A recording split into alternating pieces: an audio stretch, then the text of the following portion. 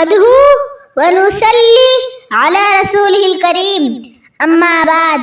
اے غافل انسان، اب بھی وقت ہے، آنکھیں کھول اور بیدار ہو جا۔ زندگی کی مہلت کو غنیمت جان، آخرت کا سفر شروع ہونے والا ہے۔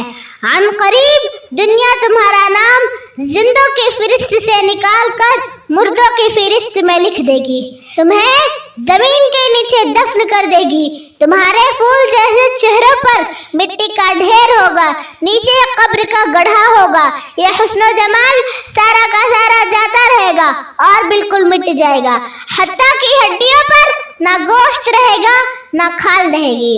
اے انسان، تجھے کس چیز نے رب سے غافل کر رکھا ہے؟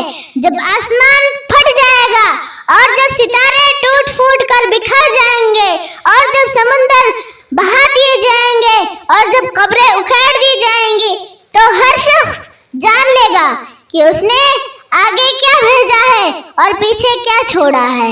اے انسان، تو اپنے رب کے رحیم اور کریم ہونے کی وجہ سے دھوکے میں پڑ گیا۔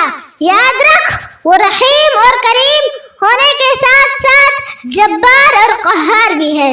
جہاں اس نے اپنے وفادار اور فرما بردار بندوں کے لیے نعمتوں والی جنت تیار کی ہے، وہاں اس نے اپنے بے وفا اور نافرمان بندوں کے لیے بھڑکتی ہوئی آگ والی جہنم بھی بنا رکھی ہے، جس میں وہ جزا اور سزا والے دن نافرمانوں کو داخل کر دے گا۔